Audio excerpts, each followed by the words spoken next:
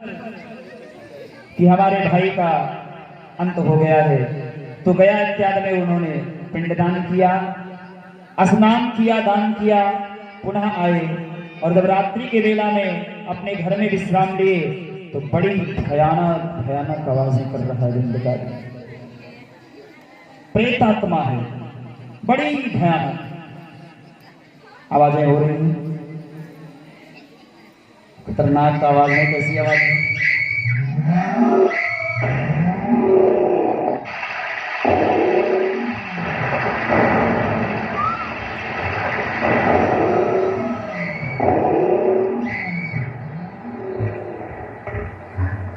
आवाजें हो रही, हवा का झोंका चल रहा, बवंडर जैसा शैतान तड़प रहा, दौड़ रहा है।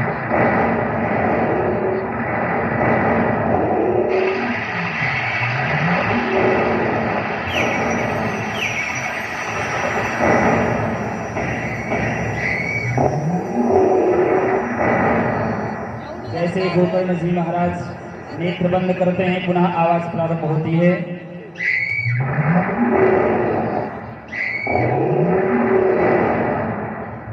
गोकर्ण जी महाराज उठ करके बैठते हैं, पद्मासन लगा देते हैं और कहा, कौन है जो डरा रहा है? आवाज नहीं आ रही है। गायत्री मंत्र की सत्ता है, गायत्री मंत्र को आमंत्रित किया वेद माता का और उस जल से उस हवा के झोंके पर प्रविष्ट किया, फेंका, वो स्थिर हो गया और इसमें बोलने की क्षमता भी नहीं, पुनः रोने लगा। तब जब पुनः द्वितीय चरण में फिर गायत्री मंत्र का जाप करके और जल आमंत्रित करके छिड़का तो बोलने लगा, मैं आपका भाई धुंधकारी हूं, मेरे भैया मेरी ये गति हो गई है। गोकर्ण जी महाराज ने कहा, मैंने दान किया, पिंडदान किया, इत्यादि अनेक हवन इत्यादि किए, तुम्हारी मुक्ति नहीं हुई? कहा, महाराज मैंने इतना कुकर्म किया है, मेरी मुक्ति ऐसे होने वाली नहीं। वो तो साधारण पापियों की मुक्ति हो जाती गया इत्यादि से, और हमने बहुत बड़े महापाप किए हैं महाराज। मेरे भैया, मुझे बहुत बड़ा कष्ट है इस योनि में, इसलिए किसी प्रकार मेरा उद्धार करिए। तब गोकर्ण जी महाराज कहा, क्या करें?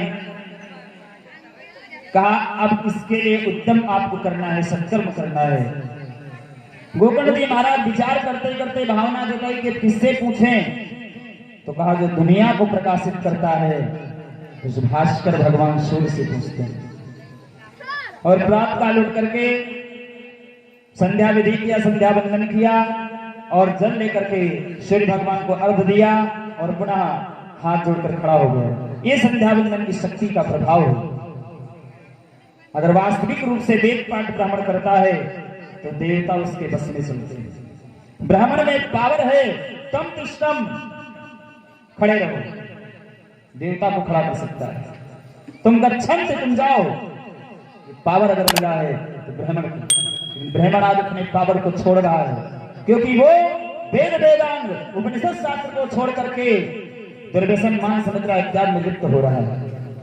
बहुत लोग कहते नहीं नहीं, बाबा तुलसीदास ने लिखा कि पूज्य विप्र सकल गुणहीना, ब्राह्मण कैसा भी हो पूजनीय है, इस मान्यता को नहीं मानता।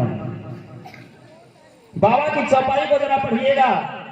बाबा ने कहा, पूज्य विप्र सकल गुणहीना, गुणहीन ब्राह्मण की पूजा करिए। पढ़ा लिखा ना हो, विद्वान ना हो, पूजनीय हो, लेकिन चरित्रवान हो, अच्छे विचार वाला हो, सत्कर्म करता हो।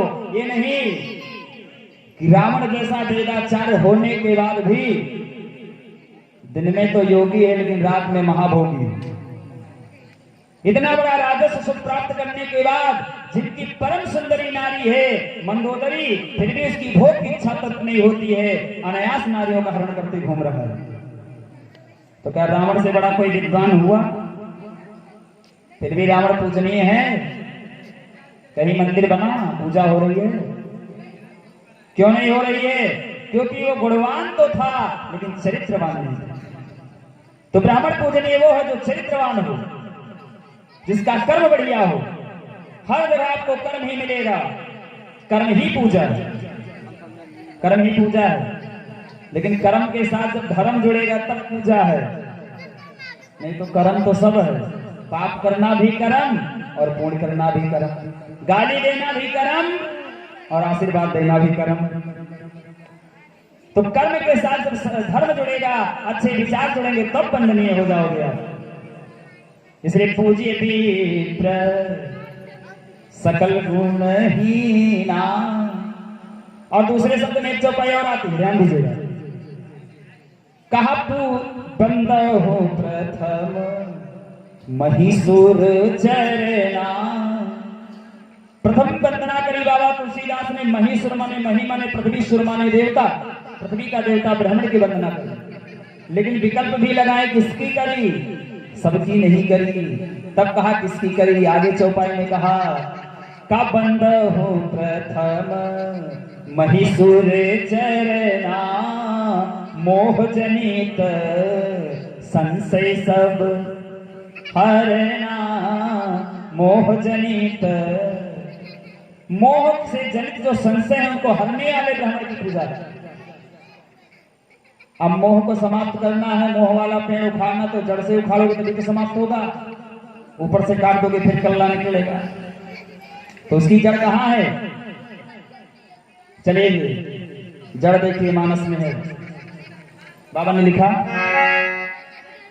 कि मोह मोल बहु सोल प्रद त्याग हो तम अभिमान। हरि भजहु राम रघुनायक कृपा सिंधु भगवान।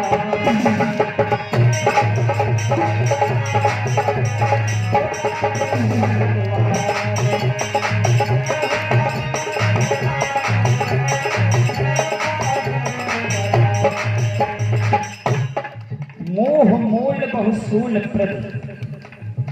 मोह की मूल जड़, सूल माने कांटा, प्रद माने प्रदान करने वाले। कहां से होता है? त्याग उत्तम अभिमान। वैसे तो ब्राह्मण को अभिमानी नहीं होना चाहिए, स्वाभिमानी होना चाहिए। स्वाभिमानी का मतलब हम सब एक अच्छे इंसान हैं, अपनी अच्छी भावना नहीं छोड़ेंगे, ये सब में होना चाहिए। जो धर्म में प्रवृत्त है, जिस समय जो जैसा करता वही बन जाता है। मंदिर में पूजा करते हो, पुजारी हो, दुकान पर सामान ले रहे हो, ग्राहक हो, डॉक्टर से चेकअप कराते समय आप मरीज हो, लेकिन वही आदमी पी ले शराब तो शराबी। जैसी कृति वैसी आकृति बनती है। मेरे भक्ति करने वाला भक्त, योग करने वाला योगी, लेकिन भोग करने वाला भोगी, रोग के साथ जीने वाला रोगी। तो जैसी कृति वैसी बनेगी आकृति। इसलिए मोह मूल तब अभिमान छोड़िए, माने अहंकार को छोड़ना। कौन वाले को? तब माने अंधेरा, अंधकार में। जैसे मैं हूं ठीक है, लेकिन मैं ही हूं ये ठीक नहीं है। और जब व्यक्ति के अंदर आता कि नहीं मैं ही हूं, उसी समय उसका पतन शुरू हो जाता है। अच्छे उच्चतम श्रेणी का जितना भी विद्वान मिलेगा, कलाकार मिलेगा, योगशिष्ट मिलेगा, वो यही कहता कि मैं हूं तो, लेकिन मेरे आगे बहुत अच्छे अच्छे हैं, मैं ही केवल नहीं। लेकिन जो कहता नहीं मैं ही पर पूरा हो गया, वहीं से अधूरा हो जाता है। इसलिए आपको उच्चतम श्रेणी जाना है तो मैं हूं ठीक है, लेकिन मैं ही हूं ये ठीक नहीं। अपने जीवन को उच्चतम बनाना और वो स्वाभिमान वाला पानी रखिए। हम एक अच्छे इंसान कोई गलत कर्म नहीं करेंगे। ये स्वाभिमान अगर जीवन में नहीं मानोगे तो आपका जीवन शून्य हो जाएगा, सूना हो जाएगा, निरर्थक हो जाएगा, सार्थक नहीं रह पाओगे। इसी को रहेंगे ने बड़े सुंदर भाव से कहा, 3 स्थान पर पानी की जरूरत है। एक तो मोती का पानी उतर जाए तो कोई काम की नहीं, चून में पानी खत्म तो चून बेकार, और अगर मनुष्य में पानी नहीं है इज्जत वाला, मर्यादा वाला, ना सर छुपा के जियो और ना सर झुका के जियो और ना मुंह छिपा के जियो। गमों का दौर आए तो मुस्कुरा के जियो। तो ऐसी जिंदगी जियो कि सर झुकाना ना पड़े, मुंह छिपाना ना पड़े। स्वाभिमानी बनो लेकिन अभिमानी नहीं। बाबा ने कहा कि रही मन पानी राखिए बिन पानी सब सोन, यदि पानी बिना न ओबर है मोती मानुष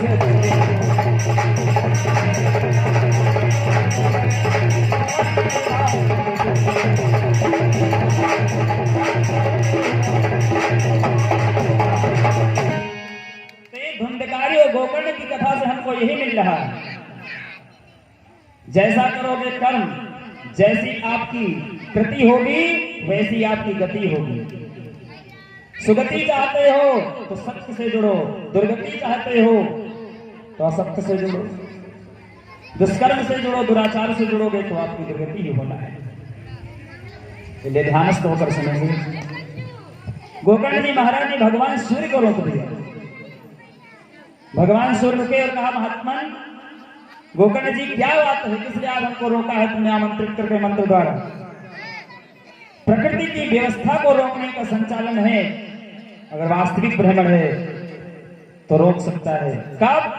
जब जन कल्याण की भावना हो, तब जन कल्याण की भावना में आप किसी भी व्यवस्था से अवरुद्धता प्राप्त करके अग्रिम चरण की व्यवस्था प्रतिपादित कर सकते हैं, लेकिन जहां से परमार्थ हो। इसलिए आप देखेंगे जितने भी संत जन हैं, जैसे हमारे वेद व्यास जी ने कहा हमको,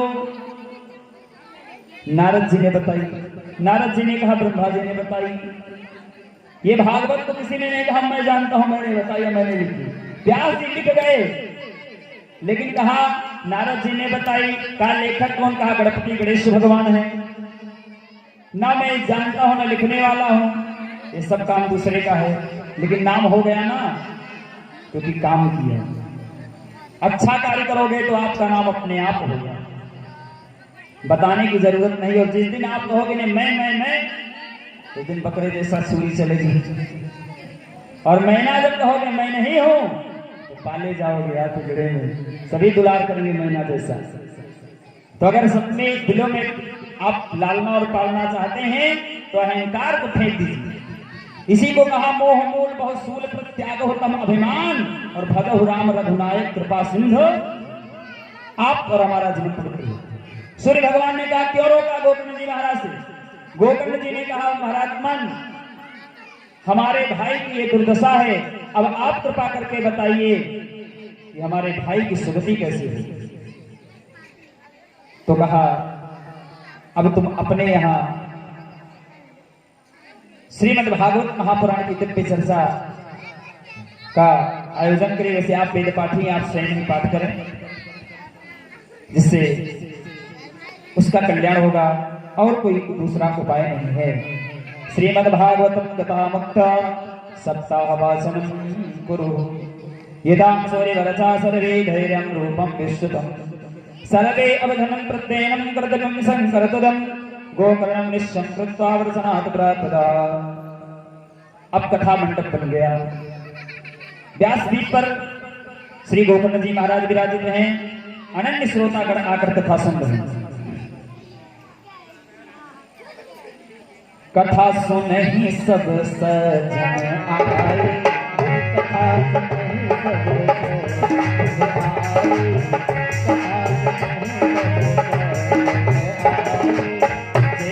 समाचार सुन पाए,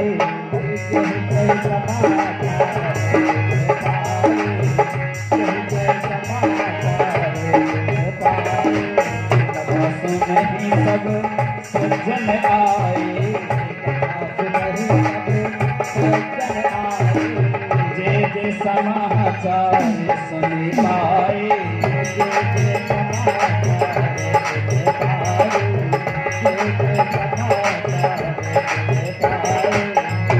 अंधकारी पे कहीं फिर आयो, फिर आयो, सतगंध के कहीं बैठायो,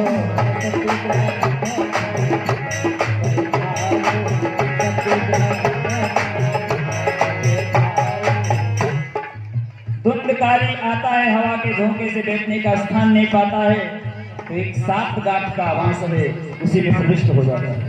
ये 7 गांठ का बांस यहाँ भी लगाया जाता है। और हमारे यहाँ सत्य ग्रंथियां हैं, ये टूटती हैं, एक एक करके परमात्मा का सानिध्य प्राप्त होता है इस भागवत कथा को सुनने से।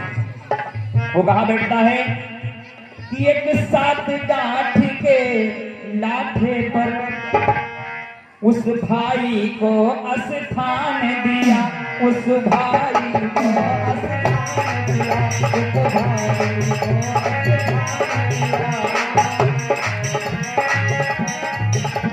और फिर वैदिक विधि से यथा समय सब देवों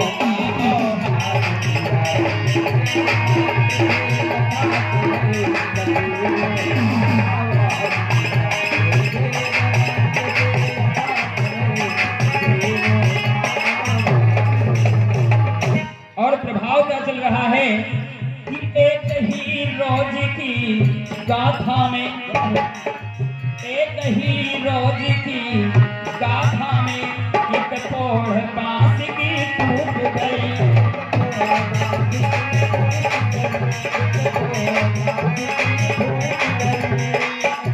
या यो कहिए उतने ही में एक गांठ कलम की टूट गई।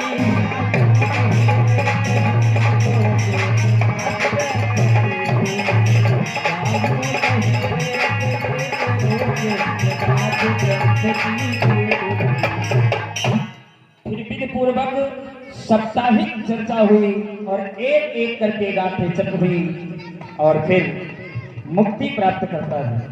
धन्या भगवती गाथा, ये भागवत की गाथा धन्य है जो प्रेत पीड़ा विनाशन, प्रेत पीड़ा से निवृत्त विनाश करने वाली है। सप्ताहोपि तथा धन्या कृष्ण रोकम फलम प्रदः, भगवान श्याम सुंदर से मिलन कराने वाली ये दिव्य चर्चा है। कंपते सर्व पापानि सप्ताह श्रवणे स्थितम अस्माकं प्रलयं सत्यम कथा चेन करिष्यते। वो धंधकारी या सुंदर स्वरूप प्राप्त कर लिया, भगवान के पार्षद का रूप प्राप्त किया। एक हाथ में चक्र है, गदा है, शंख है और पद्म है। दिव्य रूप धरो जाता अस्तुतेयं दाम गंडिता पीतवसना घनश्यामो मुकुटी कुलितनांतिता। ऐसा और उसी समय सब श्रोतागण आए हैं कथा सुनने के लिए, लेकिन कथा सुनने के बाद मुक्ति की मिली तो केवल धंधकारी को, अन्य क्यों नहीं पाए? क्योंकि अन्य लोग तो तन से आए लेकिन मन नहीं लगे। तन से आ जाए, मन अगर डगमग है तो कुछ नहीं हो पाएगा। एक घड़ी आधी घड़ी आधी में पुनि आज, तुलसी चर्चा राम की हरे कोटि अपराध। लेकिन जब मन से सुने तब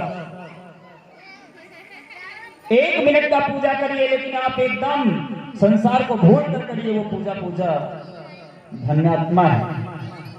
और दिन भर बैठे रहो, ऊपर से राम राम, अंदर से अनेक काम, ऊपर से कुछ और है, अंदर से कुछ और।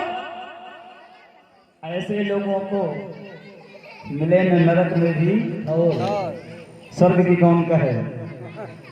इसलिए ऊपर से बनो बढ़िया लाल पीला वाले, अंदरों भी रहो न। ऊपर से जब माला छापा तिलक सरे नहीं को काम, और मन काचे राचे तथा साचे राचे राम। तो आए सब सुनने, लेकिन मुक्ति पाया केवल धंधकारी। संत कहते हैं कि कथा सुनने सब श्रोता आए, कथा सुनने सब श्रोता आए, कथा सुनने सब श्रोता आए, कथा सुनने सब श्रोता आए, लेकिन समय नहीं मुक्ति पाए, सब नहीं मुक्ति पाए, लेकिन सब नहीं मुक्ति पाए।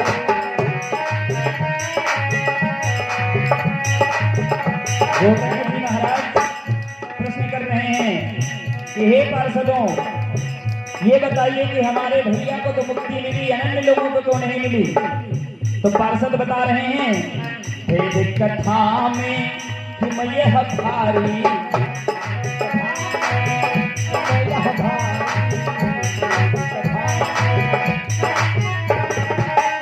तब हरिदास ने बचन उचारे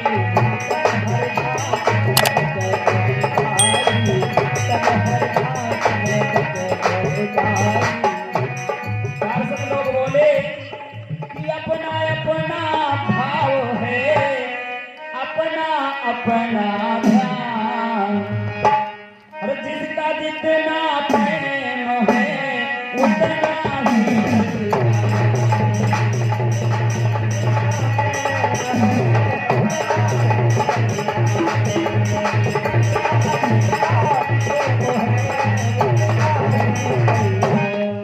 जिसका जैसा प्रेम वैसा उसको कल्याण। इसलिए अगर आप सब मुक्ति चाहते हो तो धुंधकारी जैसे मुक्ति पाया है वैसे सबको मिलेगी। जैसे धुंधकारी ने सारे मन की व्यथा हटा करके परिपूर्ण मन माधव में लगाया तो पापात्मा भी पुण्यात्मा बन गए। और यदि तुम भी मोक्ष चाहते हो, संत कहते हैं और हरिदास मानी भगवान को पार्षद बोल रहे हैं कि आज सब मोक्ष चाहते तो करना हम सबको क्या होगा, हम सब भी मोक्ष चाहें कि यदि तुम भी मोक्ष चाहते हो तो इसी भांति से मनन करो।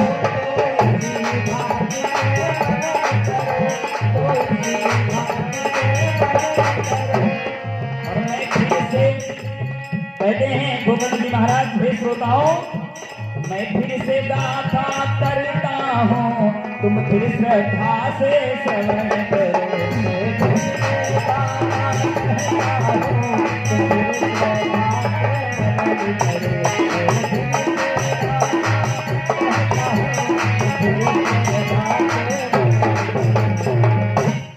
क्योंकि प्रश्न उठाया गया था कि राम ही केवल प्रेम प्यारा, जान ले जो जाननिहारा। बोले कल जुग केवल नाम आधारा, और सुमिरे सुमिरे नर उतर ही पारा। तो इस समय दो ही अमृत हैं, एक कथामृत दूसरा नामामृत। भगवान के नाम को सुनना, भगवान के कथामृत को पीना और भगवान की कथा को गाना, इतने में मुक्ति है, बहुत सहज है।